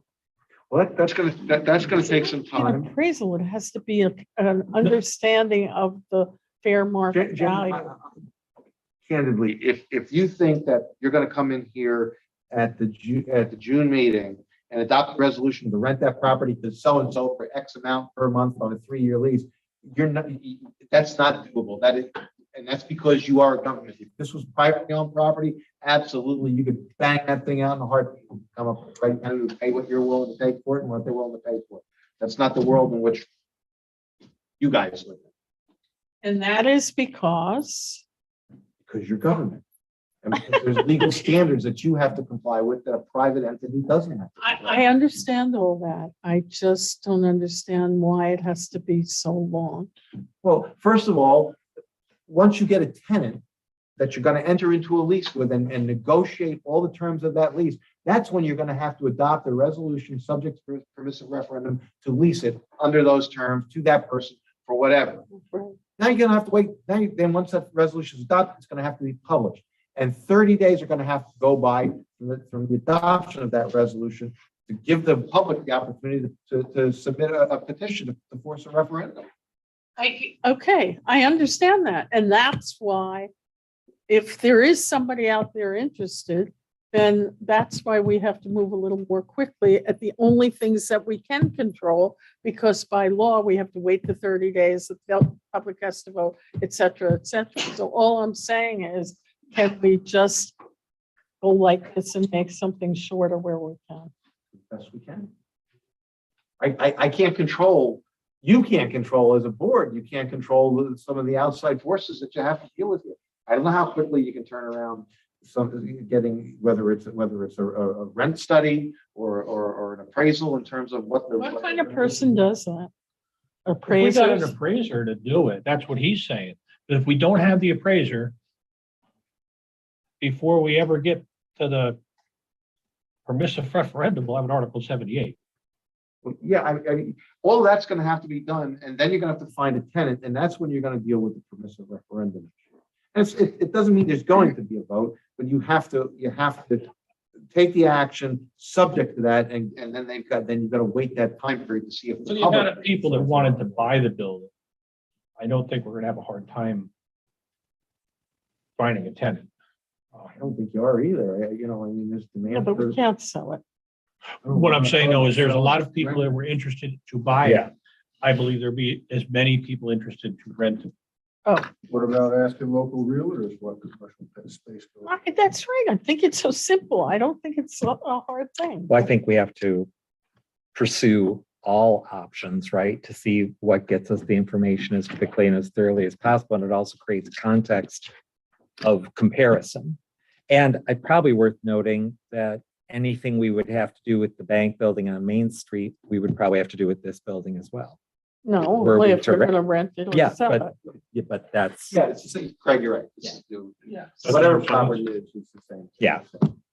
So it's not like one's a breeze and one's arduous. This one would probably be more difficult because this is a really unique building. Yeah. You know, No, this would be hard. Okay, so go ahead, ask the questions. I don't have any more questions. If that's, Well, are we going to go forward and find, yeah, I would say that would be a start. And then if that doesn't work out, we're always back down to put our town hall there. People have a hard time saying that we didn't look. it's an appraiser that does it or a realtor? I don't know that it's necessarily going to matter as long as it's, you can't just get a letter that says, you ought to get this for it. There's going to have to be some research done where somebody gives you some analysis that says the rental value of this property is such and such because, and explain how they come to that conclusion. you're not gonna get a one sentence broker's opinion of value type thing. I'm not gonna be able to defend that. And you're also saying that we have to look outside of Narrows. Well, what I'm saying is that's an option. I think you've got to rely on a professional who's in the business of valuing property to reach that conclusion as to whether they think they need to go outside or not. Maybe there is enough data available within the hamlet of Narrowsburg to come up with a conclusion to support, I don't know. Okay. Okay. Would part of reaching out to a commercial real estate agent also be asking them the terms of a lease we could expect that protects our interest and still? Well, I think what you're going to look at, as you would in any commercial lease of that, you're talking about a triple net lease, where they pay X amount for the privilege of occupying it, plus they pay all of the other expense associated with taxes, insurance, maintenance, upkeep, repairs. You can basically put everything onto the tenant outside of a structural problem. Mike. Thank you. My other question was the terms of lease, how long we would be in this agreement. Well, you gotta strike a balance, because nobody's gonna lease it for a year and make the investment only to be told next year you gotta get out. I was surprised to hear you use the term 3 years. I assumed it would be a longer lease. Yeah, I think you're probably looking at maybe a 5-year minimum. I think you'd have to do in order to get somebody to rent it. They're probably going to want a renewal option. And that's typically what you would see in a commercial lease. The other problem you got, Greg, is, and again, I'll defer to somebody with the expert, but the economic conditions we're in right now, inflation being what it is, a lot of these leases tie in annual or periodic rent increases that usually a lot of them tie into some, like the CPI or something like that. And, it's tough time to tie somebody into that now, because, when it was cruising along at 1.3% a year, and, everybody could kind of live with a 2% a year increase. Boy, you don't know. CPI this year is going to be, 7, 8, 9, 10. I don't know. I mean, every month you hear another number and it's not going down. You two want to undertake that? What? You two want to undertake that? Yeah, sure. Sure. We can do it. Can I hear? We'll have it for you tomorrow. Can I hear, I want to write. Would you tell me the process again? First is the appraise or the, Let's get a sense of what we should be getting for it. okay, sense of getting, okay, What's the market value of that rental property? sense of rental. Okay, next. Then, once we know that, then we got to find ourselves a tenant and negotiate terms. Okay, tenant. I don't think that'll be difficult. Next. Then we've got a once we've got a negotiated agreement that we're happy with, and our prospective tenant is happy with, we could even sign that agreement subject to the permissive referendum deal. And then we adopt a resolution approving this lease of this rental of this property on the terms of that lease, subject to permissive referendum. And we publish our notice and we wait, see what happens. And then notice for 30 days? Do you have to have a public hearing or no? I'll double check that, Crystal. I'm not sure of that. That's why I want to double check and see exactly what other steps we may have to. When's the 30 days when we? 30 days on the permissive referendum, it starts from the day that you adopt the resolution. Okay, But the notice has to be published within 10 days of that. okay, so 40 days. And then there's the vote. Well, no, there may or may not be a vote. Oh, if nobody, Permissive referendum. oh, It's sort of like what we did with the cannabis law. yeah, It didn't go automatically to a referendum. They went out and circulated a petition, got the requisite number of signatures, and that's what compels it to go to referendum. You might not have a problem at all. I mean, if the public agrees with, if what was said at the public hearing truly did represent the feeling at large in the community, you might not have a problem. But in terms of next steps, it would be interviewing or requesting information from the current landlords. And Let's get some data. Let's get some data in terms of how we can, Sense of, how yeah, we can document what the rental value is of this property.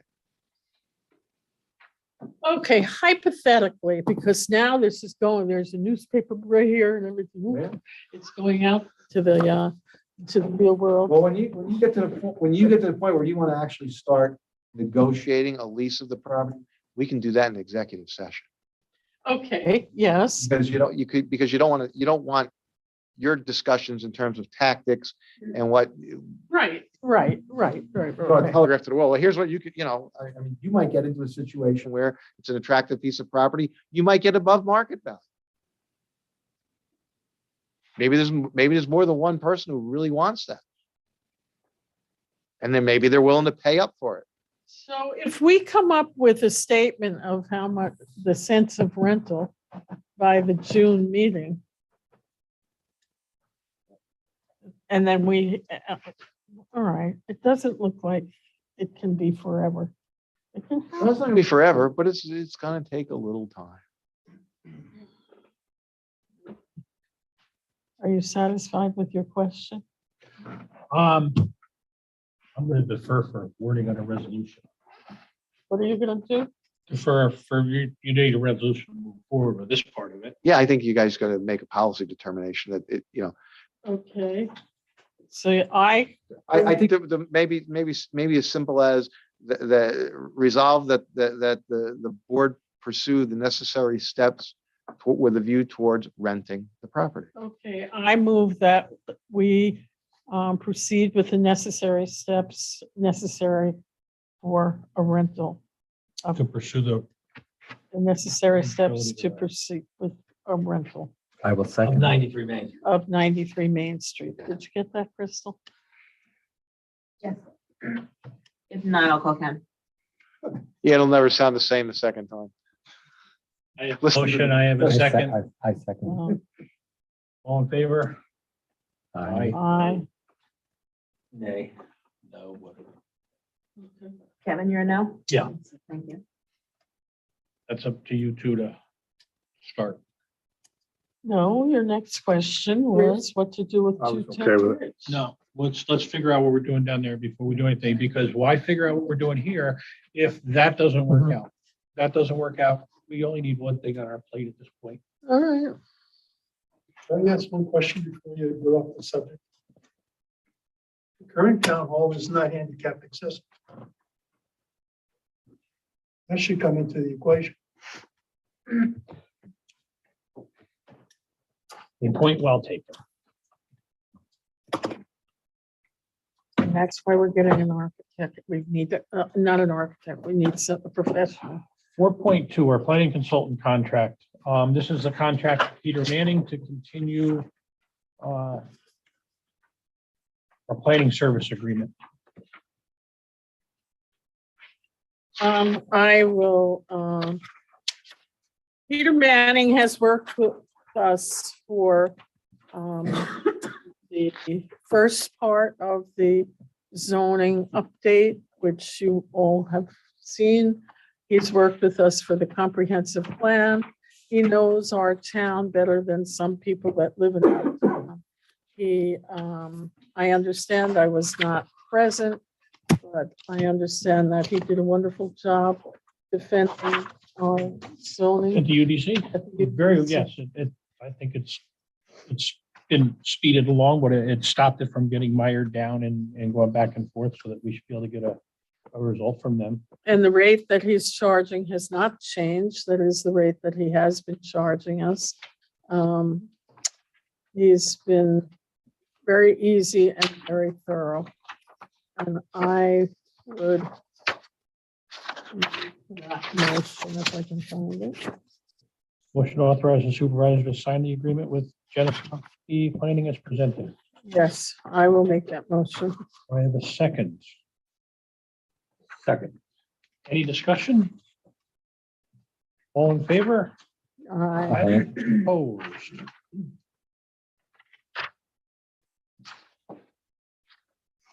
Is there any other old business that I don't have on the agenda? Got new business Yeah. coming up.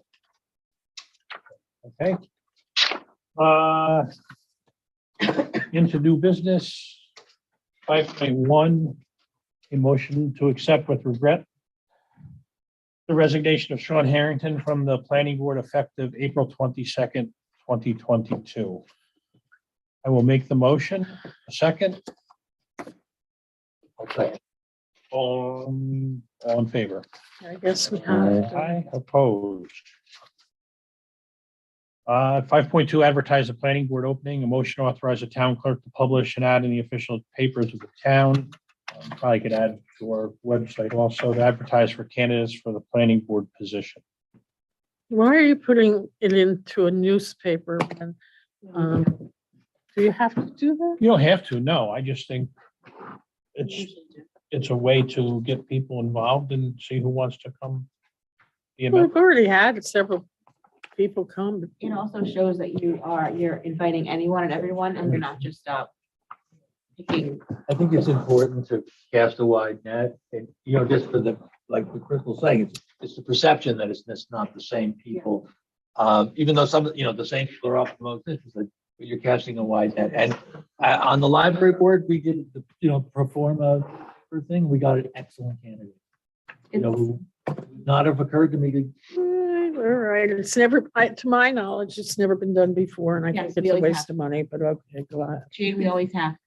I also think it's important to Before for things, communicate with the public around those. paper before for different positions. Okay. I Thank you. make that motion. I have a motion, a second, I'll second. all in favor? Aye. Opposed? No, I'm not opposing. No, I know. You're not. 5.3, the trash cans. I think, there's a couple of good things here. Greg, you had a couple, and I think like Bruce said, I think we may be able to take the trash cans that we have and do something with them. Yeah, they probably make tops for Yeah, and I know that they do make tops for Yeah. different ones that we could look at. I saw some online today when I was researching new options. I just think evidently those prior ones, which are beautiful, and I think we just need to make sure that when we make this decision, we consult the people affected, by it. Well, The people throwing the trash in it? The people picking up the trash that is thrown. the other thing, Bruce, so we're talking about the same thing. It looks like. It's just a little square lid there that, Yep. so you put the trash in the side instead of the rain going on top. That also kind of hinders those people that are taking their great Household big. trays. household Yeah. trash. So you're looking into that? Who's looking into that? I had down there on the building committee, we could, Rosie and I can look into that. Can that be made in BOCES? You're getting down to the end of the year, Jane. Everybody's kind of Oh, I wrapping forgot. up as far as projects in their shops and things. We have a number of books upstairs in the office that has them in there too. I've seen them in all of our. I need an amount not to exceed. Well, we see what they cost first and then go from there. It shouldn't take long to do, find out and have a cost and then be able to get them and put them on. Because they probably just set on top, drill a few holes in so they're there. This was supposed to be done years ago. Where's this report? Take care of that. What? Take care of that if it was supposed to be done years ago. She was getting $3 million for our water department. Okay, that works. You want to give an idea of an amount, maximum amount to spend? Not to exceed X amount of dollars per receptacle. How about that? How about, Yeah, there's $50. I think you'd be No. better off say giving me an amount saying, if you want to spend $1,500 and we can only get 6 receptacle tops. for Okay, $1,500. all right, all right. Cans do we have? I think they got 10 altogether, they were saying. I think that was a wish list. I don't think we have 10. I don't think we have 10 either. Well, maybe we could include in that Yeah. retrofitting the ones that we've got and then getting newer ones. Bruce, what's your guess that they would cost for? I think a top piece, a metal top piece that was either bolt or rivet on, you'll probably look at Excuse me. rain bonnet, yep. It is both. $100, I think they would be a piece, maybe, I don't know, I never looked into I it. didn't hear the number. Couple $100. a Yeah, piece. that's what I think, a couple $100. Okay, so let's say $1,500. How about 2,000? 2,000, okay, so With that amount, if we don't go over that with the bonnets, can that money be applied to? get That's why I went up higher, spectacles? was so that we could Great. Let's see how many we have first. Find out from Don how many we have, and then we'll go from there.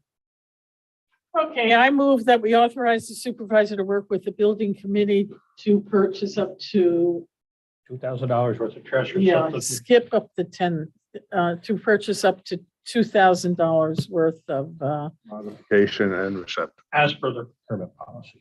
yes, yes, yes. Who wants to second that? I will second that. All in favor? Aye. Opposed. Water and sewer and the ZBA schedules have been tabled. 5.6 municipal parking signage. And I believe we could probably do this through the county sign department. I will talk with Don for that. I'm sure you can.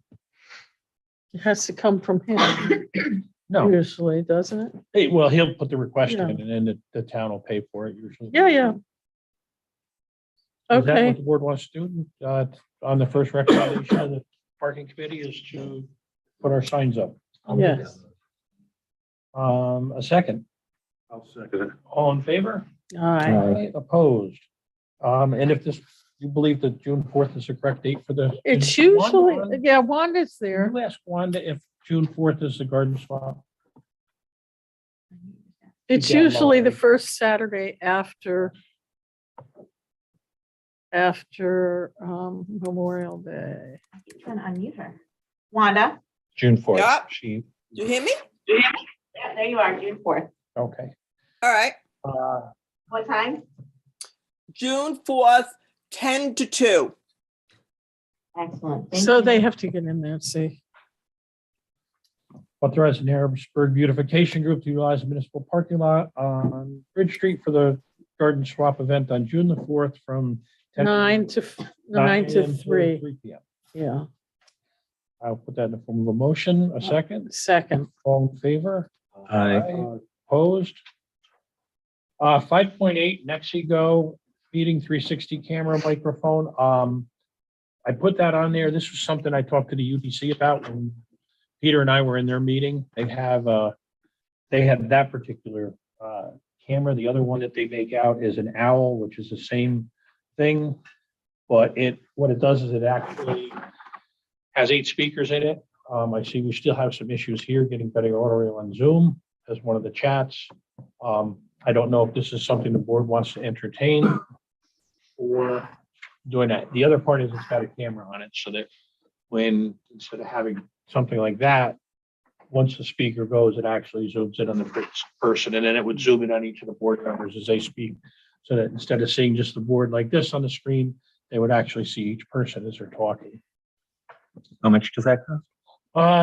It's expensive. It's between $7 and $9.50. No, The thing is, as Jane is saying, no, the reason I was impressed is because the UDC actually had it and they have no money. Nor as many people at their meetings as we have that sit and complain that they can't hear.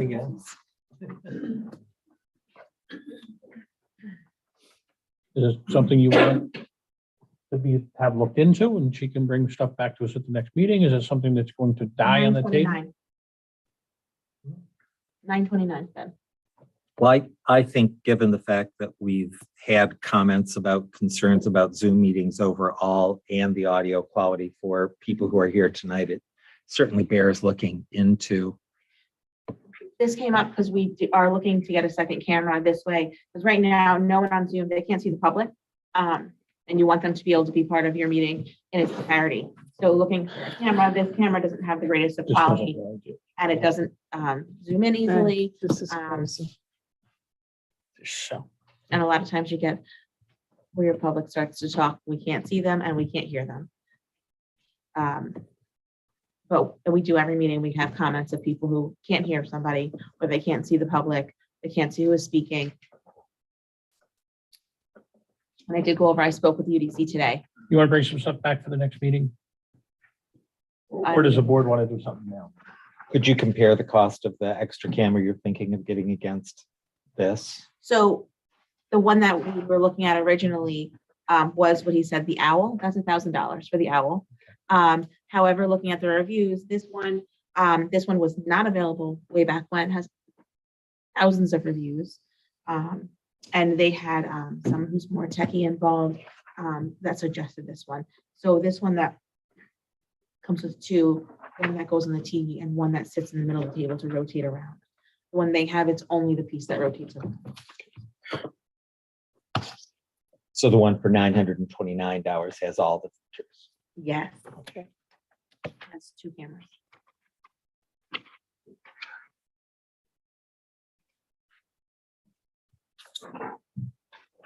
Going to bring it back next month and you can get on the UDC site, see how it works. Yes. I don't think our needs are going to simplify. No. So I think that that bears consideration. And I think depending on all the variables, look at how many people we have on Zoom today. We have at least as many people as we have in the room. So I think we should look into it. 5.9. Shelter pavilion at the park on the flats and / a dog park.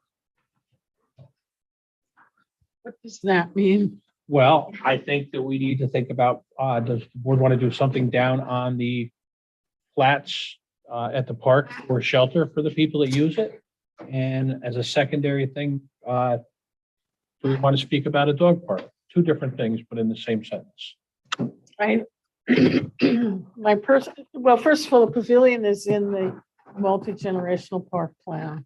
But personally, I don't want to do anything until that park is improved to get it to the point where it can be usable right now. It And is- they have started to do some work down there. I see the chips have been moved around, but knowing that government runs slow and takes a long time, does the board want to put forth in motion at least finding out what the cost of this would be?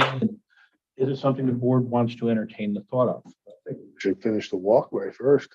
Stops in the middle of nowhere. So that park, knowing that government moves slowly, I think that park has to be brought up to, it's really a disgrace. Okay, now on the second talk, the dog park's totally separate than that. And these are my understanding is these are monies that are grant monies that we already have. Just to be clear, we're not talking about spending money. Where do we have? Well, we've got that some one? in, some of the ARPA funding, and we've got some of our Parks and Rec money. We're on the dog part now. The Okay, pavilion I can see is got a heated discussion for another day, yes. and it's late, so I concede to the unfinished walkway. Okay, and repair of the current. Yes, go ahead. Do we want to have a board member look into the feasibility of a dog park? And if people would enjoy it, not What- enjoy it. I don't own a dog, so I don't know what a dog park means. Well, you usually take them there, there's a Ferris wheel and there's a slide. Popcorn. Oh, so the dogs have it better at our park than the Dog park people. is a big fenced-in area where dogs can run around. Yeah. And it's a big liability. And where would you plan to do I this? have no idea. That's Oh, warranted. okay. People don't keep their dogs. Well, you own a dog, you own a dog, you own a dog, you own a I dog. think- I don't, so you guys. I love decide. dog parks, they're wonderful, but you're right, they are a liability issue. They also, I think it deserves a bigger conversation, not the end of the meeting or the end of a back. No. All this was for was, do we want somebody on the board to look into it and present to the board different scenarios? We're not looking for approval of a dog park. We're just looking, does the board want to entertain, take somebody like Greg and let him go out? And this came out of discussion that I had with Ben. So I think the town has a lot of balls in the air. I love dog parks. I have 3 dogs. I think they're wonderful. I just think it's a big, before we take a big bite, I think we have a lot of things going on. And I think that's a big subject that we should, lift our, no. I think it's for another day. I think it's a big project that That's a big problem with dog parks. People don't clean up after themselves. it's a maintenance issue, it's a liability issue. It's a big subject. I'm not against it. I just think we have a lot of things going on.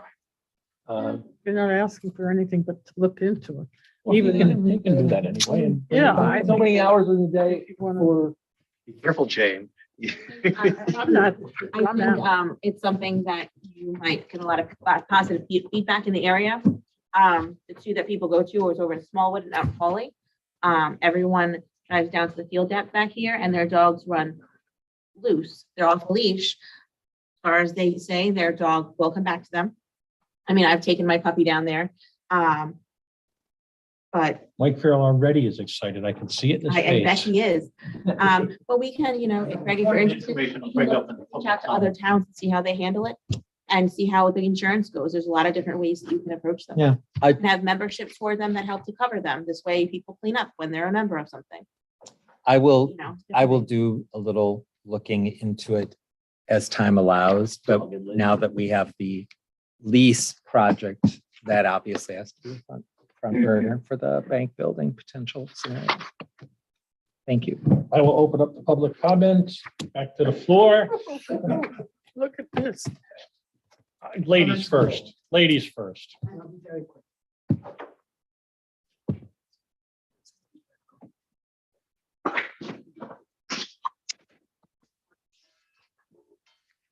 Thank you. I just want clarification. I was so excited to hear that you're going forward with this. Does that mean now that there will be a referendum for the November ballot? You talking about the marijuana? Yes. Oh, there's that. yeah. Cannabis. Yes. Okay, so that's that. That's one. The other, very quickly, I have always, I don't know if this will work for the trash cans, but I drill a few holes on the bottom of the trash can, so any water that comes in drains out. Garbage bag. Disregard that.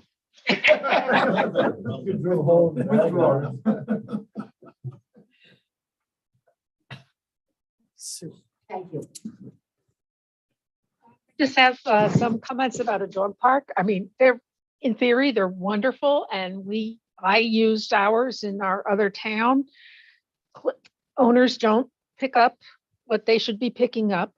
The way it worked was you had to bring your vaccination form and your license to the town clerk, who had to give a permit that had to be on the dog's collar.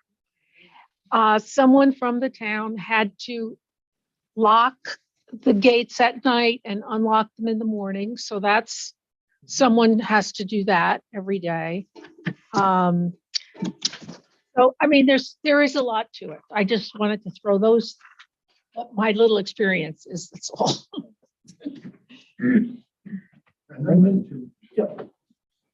Just a couple of comments on the discussion tonight. Bruce, Ed Kraus raised a good issue about enforcement of parking. If we're gonna have signs and we're gonna have rules, you have to have enforcement, otherwise they're meaningless. And you had suggested a meter maid, and we had the parking committee. And I would ask everybody to consider that. As I understand it, I've been informed by someone from another town who I think knows what they're talking about. They said a meter maid does not, engage in all of the required police training and things, doesn't carry any kind of a weapon or anything. Can I just ask a quick question? When you say meter maid, are you also opening up the discussion of meters, or are you talking about a parking enforcement officer? So paid parking was discussed. It was your idea. I thought it was a good idea. You want to talk about it? We talked about, in every little town, you go upstate, Lake George, Clayton, any of these towns, they have the meter kiosk. You put your money in, it spits out a little tab. It's just, instead of having a meter or sitting all over the place. And you could have just one, like a person, a meter reader, go around, and a meter reader can give a parking summons. It does not have to be a police official. All right, that would be a way to generate a little bit of, I forgot all about that at the meeting. Generate a little revenue to maintain our parking lots. Okay, so Right. let the parking, you can still have your free parking lot, but if you want to park on Main Street, you got to pay for it. Or if you want to park on Erie, you could even do it at your public parking lots too, because people don't mind to pay a few dollars. That's right.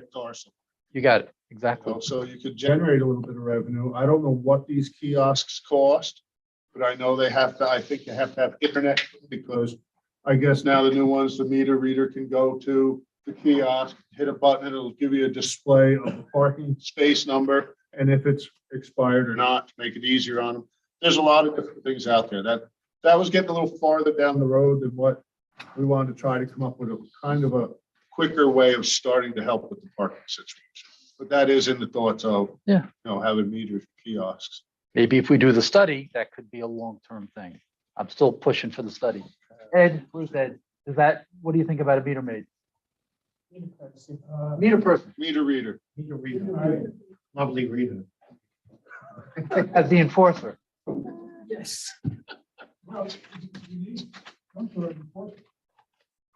It seems to be the lowest entry without getting involved in a policeman or a constable. Yeah, it's something to discuss about. Yeah. Yeah. Just moving on to 93 Main, I'm a big advocate of doing the study. Hire the appraiser, hire an independent third-party real estate professional who can advise you on rents, sale values, all the issues. It's worth it in the time. And we talked about, or the town board talked a couple of months ago about hiring an appraiser. So, if it hasn't happened yet, do it. I think it'll inform everybody and you'll be able to move forward with confidence. I'm also just tying in with that. One of the Main Street merchants had raised an issue several meetings ago about the lack of publicly available toilets. And apparently a number of Main Street merchants don't make their toilets available to the public. I can understand why, but I mean, that might be something to put into whatever happens to the Wayne Bank building, is that there are publicly available toilets. And if storage of records is an issue, I think there are a lot of options. I mean, Mohammed has a mini storage facility.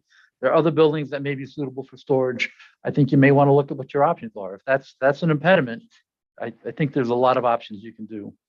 And I got to think there's a grant out there somewhere to help a town or municipality look at their real estate options. Now, maybe that takes time, but why wouldn't we look at a grant to hire an appraiser to look at what the Because value are? Yeah, okay. Because it'll take 6 months to get a grant, and then by that time, anybody who wanted to rent it has moved. In my on. humble opinion, I think it's going to take you that much time. What do you think you take the express lane? Thank you. Like, two quickies to wrap it up. I agree with what Brendan just said, that you do need an independent appraiser to help you establish what the value is of that rental property.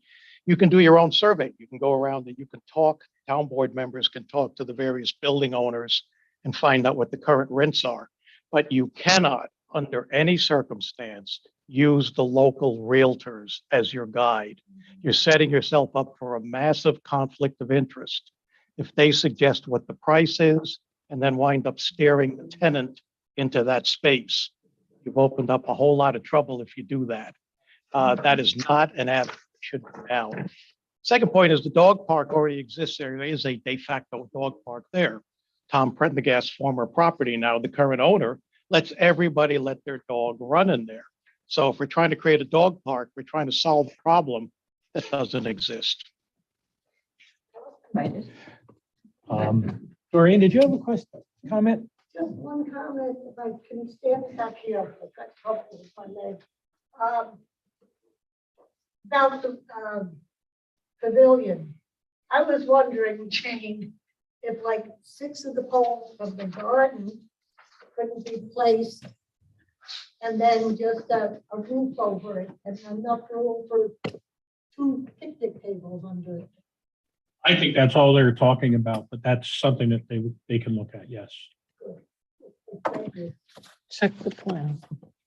Also, Doreen, when we've had informal discussions about it, there is the opportunity for extra security lighting if we have this pavilion at night, which would certainly address some of the needs and concerns of the Flats residents that have been expressed in the past. Chris, I'm going to move over to Zoom. You got Jacob up to the left. Jacob? Hey, how are you, everyone? Sorry, I'm out of town, but if we're talking about 93 Main Street and how it's been sitting vacant and a drag on the tax base, and to echo Jane's point of how do we move this faster, is there anything stopping you from concurrently accepting bids for the bank while going out looking for the information, so that all of that is coming in together, that you could look at it. There's an age-old saying that in real estate, anything is worth what someone's willing to pay for it. So gathering that information together may be beneficial. It may be enlightening. And also it could, as James said, speed up the process. As of now, the season's beginning and there's a big glaring vacancy in the middle of Main Street. And, obviously, how long it's going to take to get someone in there is up for debate. This is government, as Ken has pointed out several times. But there's no reason that all of these processes can't be happening concurrently, as far as I can tell. And concurrently always means less time. Thanks, guys. Oh, that's an idea. That's an idea. I like it. But is it okay? We'll look into it. Yeah, if we can do it. We can accept any, I mean, we don't even have to open them right away or anything. We can, so that there's no leaks or something like that. I mean, but that way, when the time comes, if the time comes, we'll have something to go on. I think that's a great idea. How would a prospective buyer do?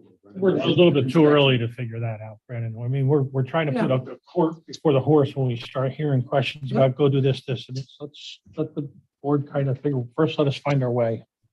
I thought that you couldn't sell the building because you have to sell the parking lot. We're not selling the building. Brandy. So I was just talking about the garbage cans, just so you know, because I just labeled them. There's 2 at the town hall, and 1 is recycling, 1 is trash. There's 2 at the Veterans Park, same thing, trash and recycling. And then there's 3 on the deck. There used to be 4. That one has disappeared. So there's 2 garbage and 1 recycle on the deck, but we'd like 2 and 2 on either side. And it was brought up that maybe we should put 2 on the flats, the playground area. So that's your total. Yeah, there's currently 1, but it does not match the design of the other one. Okay, thank you. Yep. Bernie? Comment on this building and 60 or 90, whatever it is, Main Street, the bank building, and or a new town hall. This office here, town hall offices, are not handicapped accessible. I'd like to see somebody try to get up those stairs in a wheelchair. You don't have much choice. It's a bank building or building.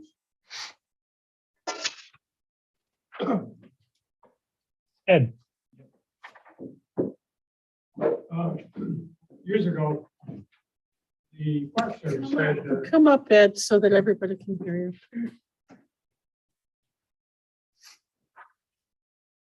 Years ago, the Park Service had a information center on Main Street. That was one of the thoughts that I was having, was as a possible tenant for the bank, you could put the public restrooms in there also. If the Park Service could get some funding somewhere and was interested, it might be They pulled out because of budget. yeah. Very reluctant.